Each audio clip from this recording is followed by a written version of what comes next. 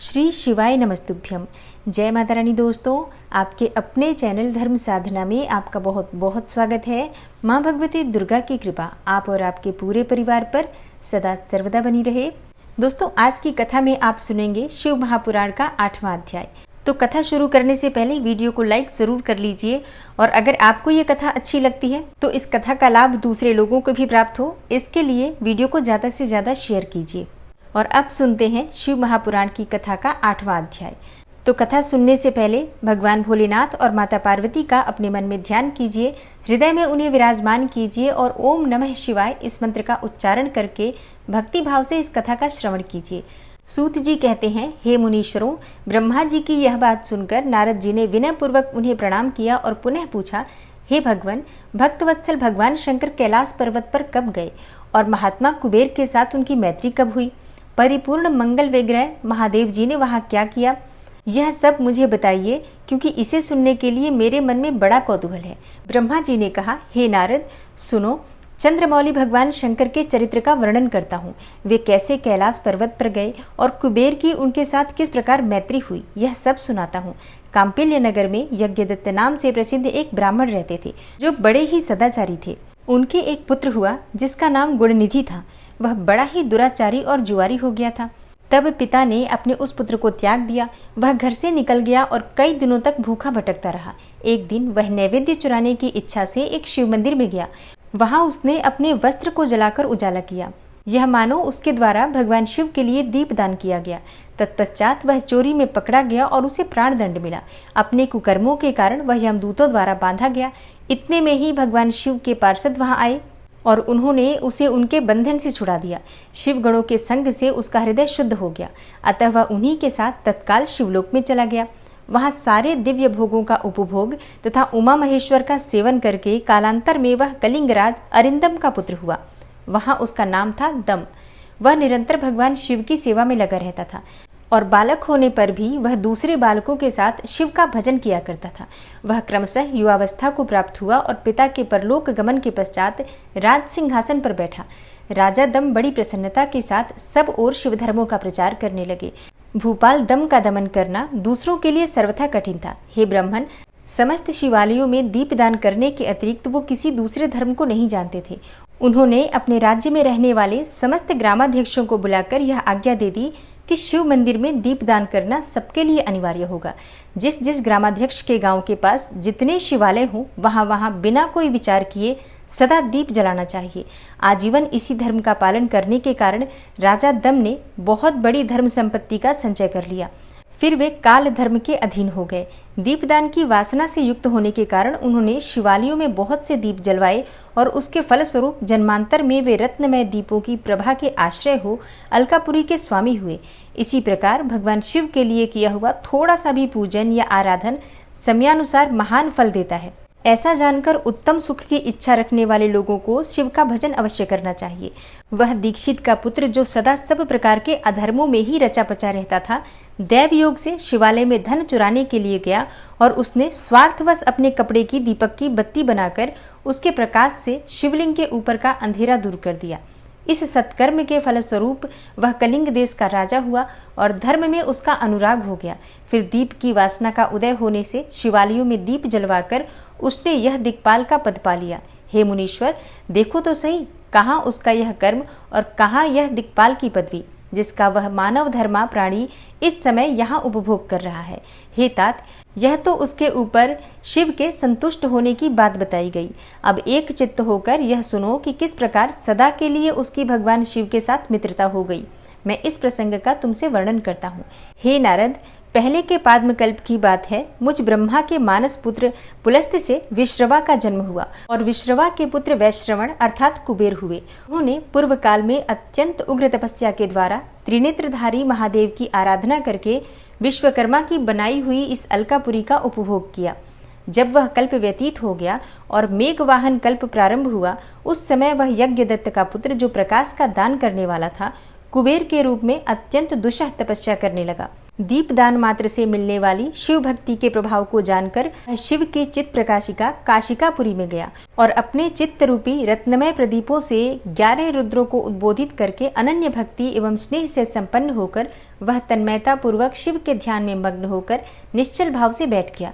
जो शिव की एकता का महान पात्र है, तप रूपी अग्नि से बढ़ा हुआ है, काम क्रोध आदि महाविघ्न रूपी पतंगों के आघात से शून्य है, प्राण निरोध रूपी वायु शून्य स्थान में निश्चल भाव से प्रकाशित है, निर्मल दृष्टि के कारण स्वरूप से भी निर्मल है तथा सद्भाव रूपी पुष्पों से जिसकी पूजा की गई है।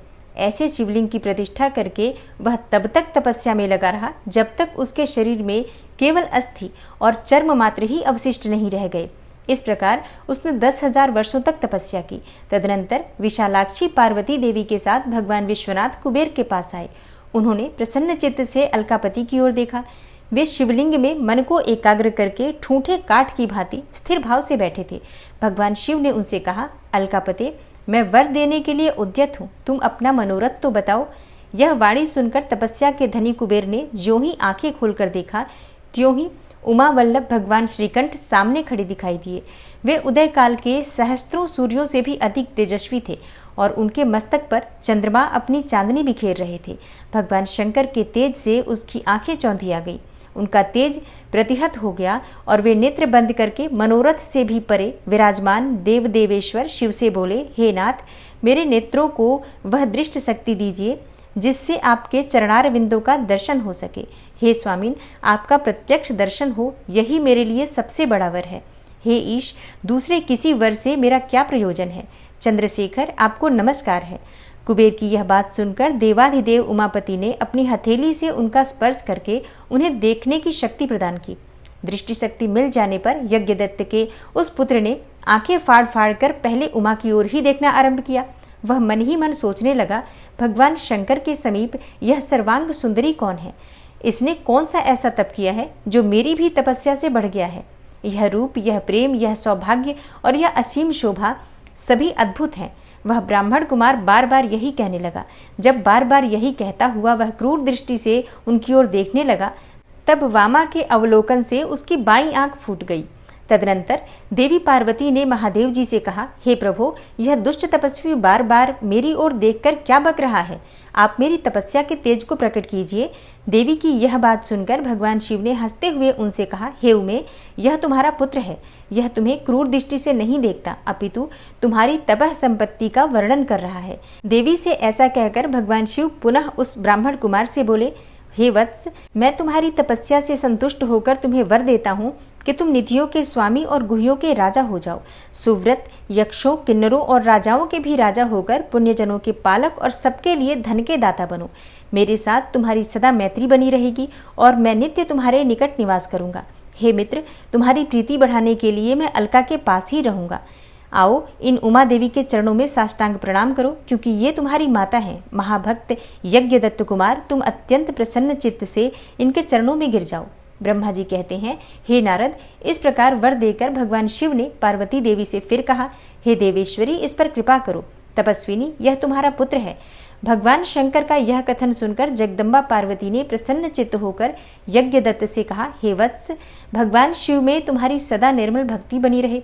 तुम्हारी बाईं आंख तो फूट ही गई है, इसलिए एक ही पिंगल नेत्र से युक्त रहो। और महादेव जी ने जो तुम्हें वर दिए हैं वे सब तुम्हें उसी रूप में सुलभ हो। बेटा, मेरे रूप के प्रति ईर्ष्या करने के कारण तुम कुबेर नाम से प्रसिद्ध होगे। इस प्रकार कुबेर को वर देकर भगवान महेश्वर पार्वती देवी के साथ अपने विश्वेश्वर धाम में चले गए।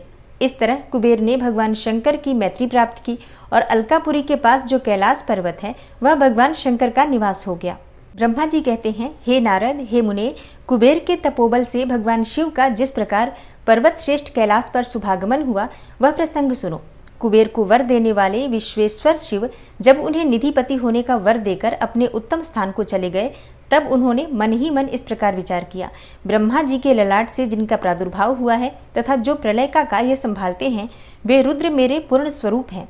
अतः उन्हीं के रूप में मैं गुह्यकों के निवास स्थान कैलाश पर्वत को जाऊंगा और उन्हीं के रूप में मैं कुबेर का मित्र बनकर उसी पर्वत पर विलासपूर्वक रहूंगा और बड़ा भारी तप करूंगा। शिव की इस इच्छा का चिंतन करके उन रुद्रदेव ने कैलाश जाने के लिए उत्सुक होकर डमरू बजाया।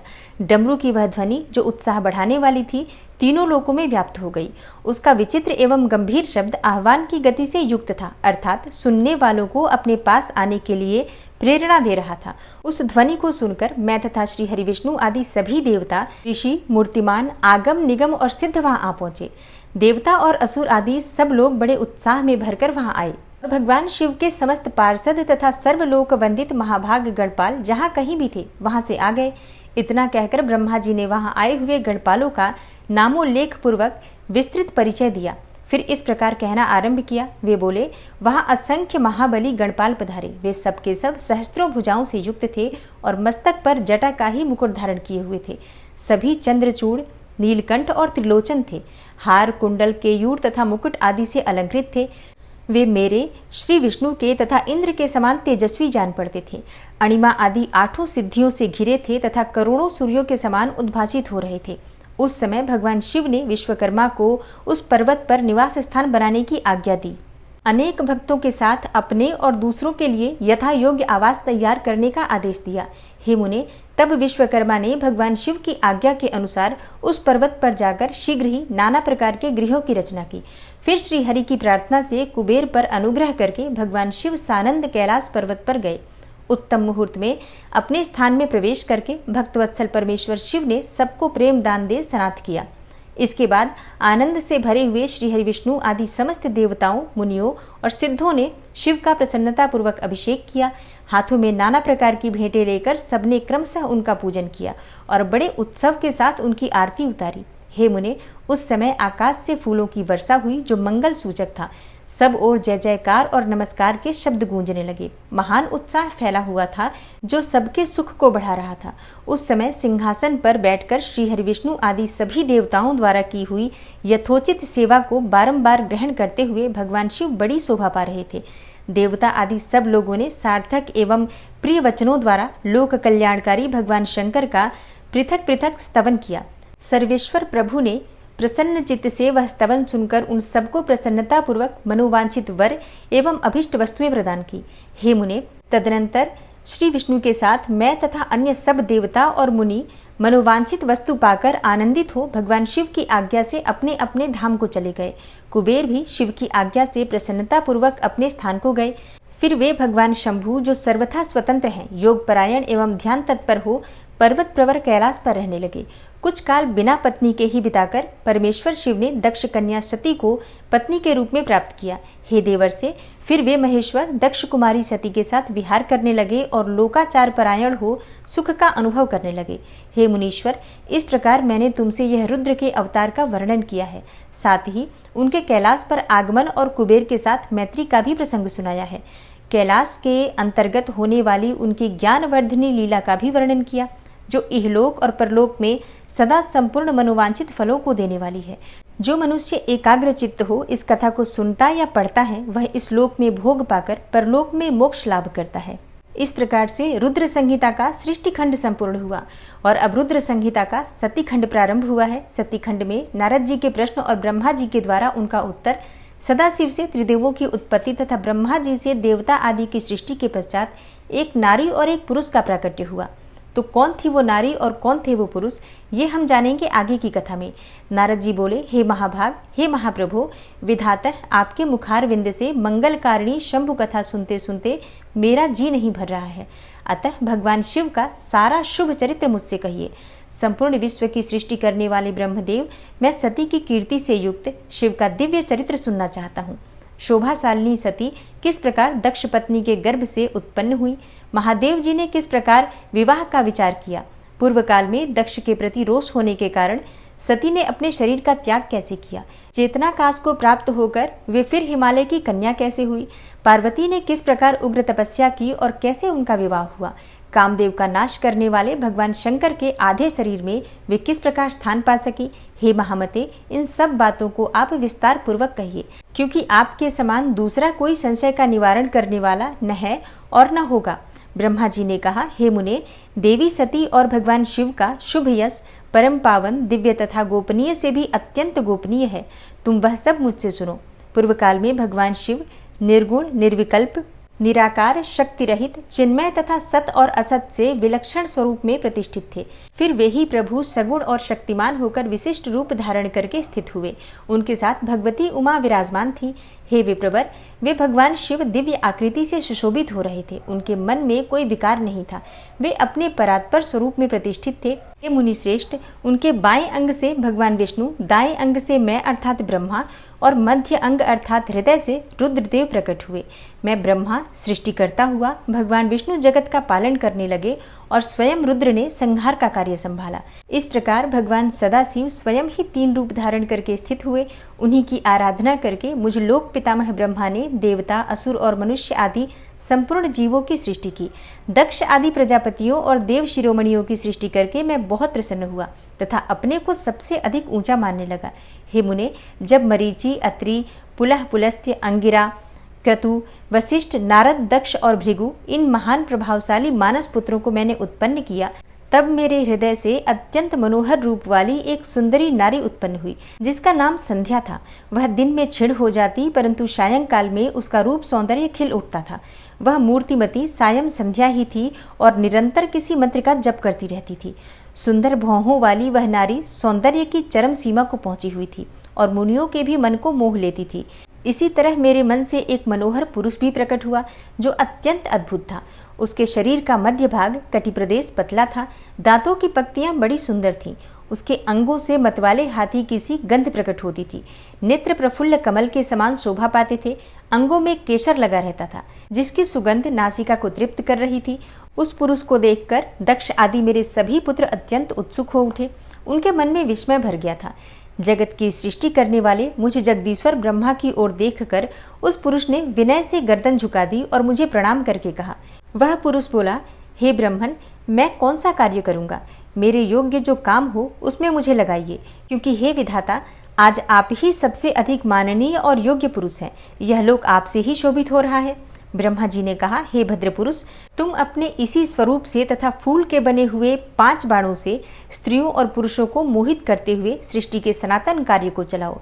इस चराचर त्रिभुवन में ये देवता आदि कोई भी जीव तुम्हारा तिरस्कार करने में समर्थ नहीं होंगे। तुम छिपे रूप से प्राणियों के हृदय में प्रवेश करके सदा स्वयं उनके सुख का हेतु बनकर सृष्टि का सनातन कार्य चालू रखो। समस्त प्राणियों का जो मन है वह तुम्हारे पुष्पमय बाणों का सदा अनायास ही अद्भुत लक्ष्य बन जाएगा और तुम निरंतर उन्हें मदमत्त किए रहोगे। यह मैंने तुम्हारा कर्म बताया है जो सृष्टि का प्रवर्तक होगा, और तुम्हारे ठीक ठीक नाम क्या होंगे इस बात को मेरे ये पुत्र बताएंगे।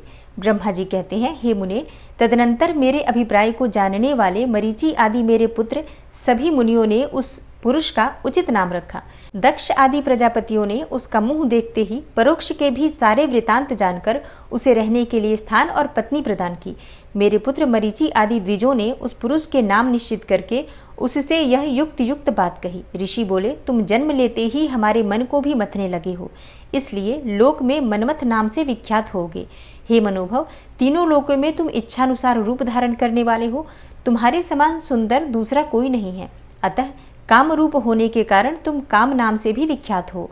लोगों को मदमत्त बना देने के कारण तुम्हारा एक नाम मदन भी होगा। तुम बड़े दर्प से उत्पन्न हुए हो, इसलिए दर्पक कहलाओगे, और सदर्प होने के कारण ही जगत में कंदर्प नाम से भी तुम्हारी ख्याति होगी। समस्त देवताओं का सम्मिलित बल पराक्रम भी तुम्हारे सामने नहीं होगा।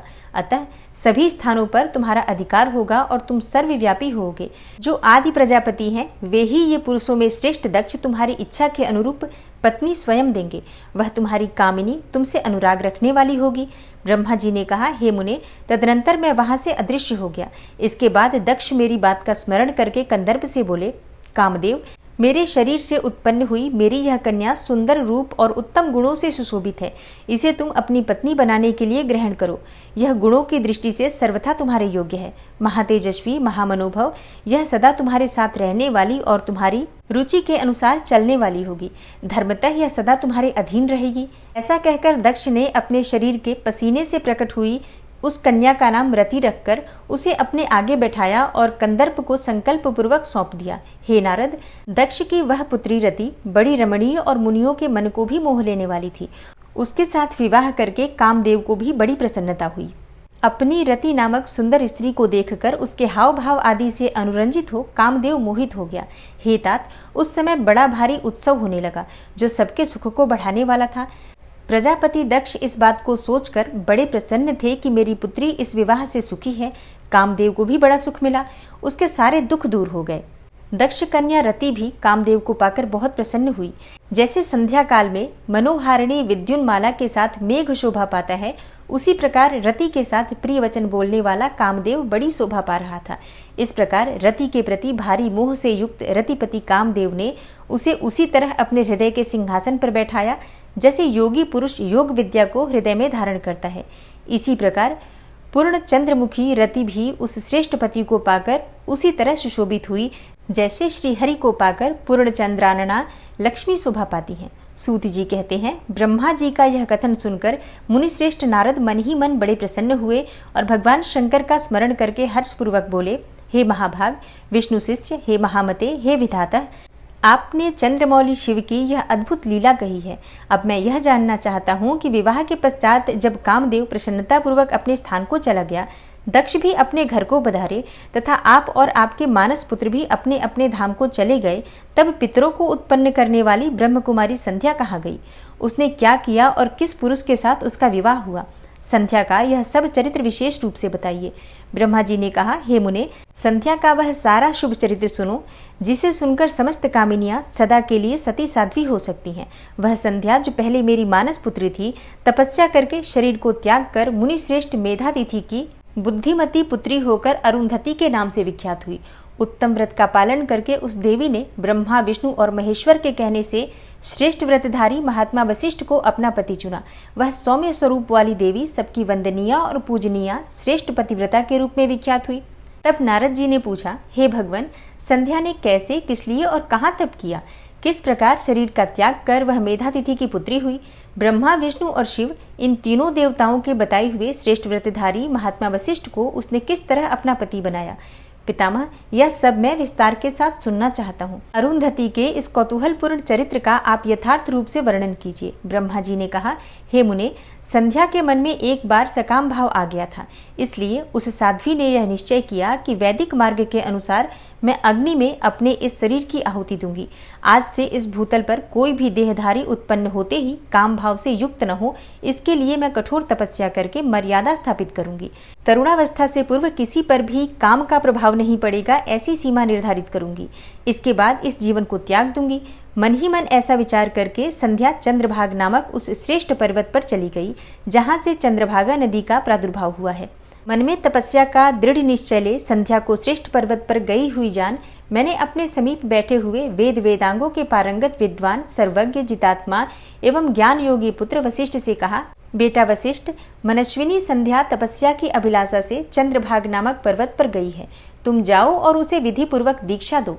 तात, वह तपस्या के भाव को नहीं जानती है, इसलिए जिस तरह तुम्हारे यथोचित उपदेश से उसे अभीष्ट लक्ष्य की प्राप्ति हो सके वैसा प्रयत्न करो। हे नारद, मैंने दयापूर्वक जब वशिष्ठ को इस प्रकार आज्ञा दी, तब वे जो आज्ञा कहकर एक तपस्वी ब्रह्मचारी के रूप में संध्या के पास गए। चंद्रभाग पर्वत पर एक देव सरोवर है जो जलाशयोचित गुणों से परिपूर्ण हो मानसरोवर के समान शोभा पाता है। वशिष्ठ ने उस सरोवर को देखा और उसके तट पर बैठी हुई संध्या पर भी दृष्टिपात किया। कमलों से प्रकाशित होने वाला वह सरोवर तट पर बैठी हुई संध्या से उपलक्षित हो उसी तरह सुशोभित हो रहा था जैसे प्रदोष काल में उदित हुए चंद्रमा और नक्षत्रों से युक्त आकाश शोभा पाता है। सुंदर भाव वाली संध्या को वहां बैठी देख मुनि ने कौतूहल पूर्वक उस प्रिहल्लोभित नाम वाले सरोवर को अच्छी तरह देखा। उसी प्रकार भूत पर्वत के शिखर से दक्षिण समुद्र की ओर जाती हुई चंद्रभागा नदी का भी उन्होंने दर्शन किया। जैसे गंगा हिमालय से निकलकर समुद्र की ओर जाती है, उसी प्रकार चंद्रभाग के पश्चिम शिखर का भेदन करके वह नदी समुद्र की ओर जा रही थी। उस चंद्रभाग पर्वत पर बृहल्लोहित सरोवर के किनारे बैठी हुई संध्या को देखकर वशिष्ठ जी ने आदरपूर्वक पूछा।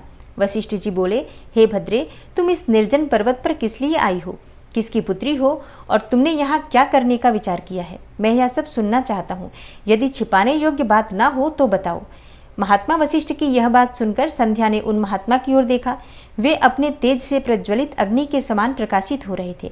उन्हें देखकर ऐसा जान पड़ता था मानो ब्रह्मचर्य देह धारण करके आ गया हो। वे मस्तक पर जटा धारण किए बड़ी शोभा पा रहे थे।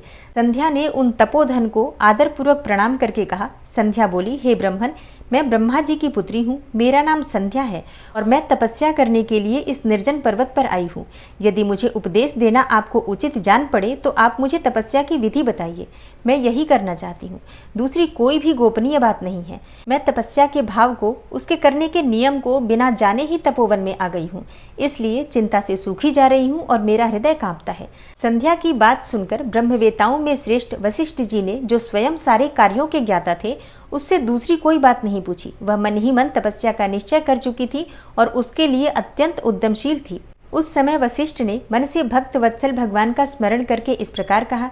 वशिष्ठ जी बोले, सुभानने, जो सबसे महान और उत्कृष्ट तेज है, जो उत्तम और महान तप है तथा जो सबके परमाराध्य परमात्मा है, उन भगवान शंभु को तुम अपने हृदय में धारण करो, जो अकेले ही धर्म, अर्थ, काम और मोक्ष के आदि कारण हैं। उन त्रिलोकी के आदि सृष्टा अद्वितीय पुरुषोत्तम शिव का भजन करो।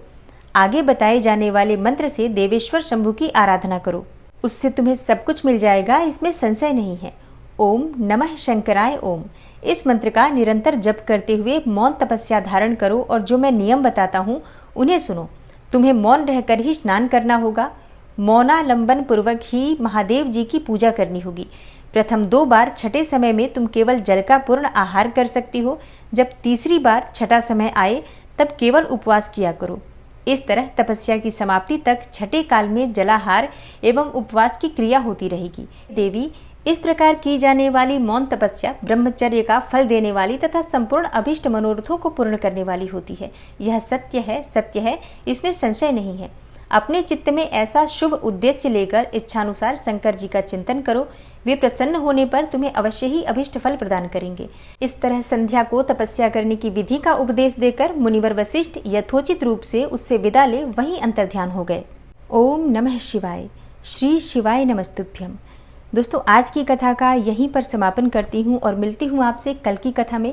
उम्मीद करती हूँ कि आज की कथा आप भक्ति भाव से श्रवण भी करेंगे और अन्य दूसरे शिव भक्तों तक भी इस कथा का अधिक से अधिक आप शेयर करेंगे। और जो भक्त इस चैनल पर पहली बार आए हैं, अभी तक आपने अगर चैनल को सब्सक्राइब नहीं किया है, तो आज की कथा अगर आपको पसंद आई हो तो इसी तरह की वीडियोस आपको सही समय पर प्राप्त होती रहे, इसके लिए चैनल को सब्सक्राइब कर लीजिए और बेल आइकन को ज़रूर प्रेस कर लीजिए। इससे ये होगा कि इस चैनल पर जो नई वीडियो अपलोड होंगी उनकी नोटिफिकेशन आपको सही समय पर प्राप्त होगी।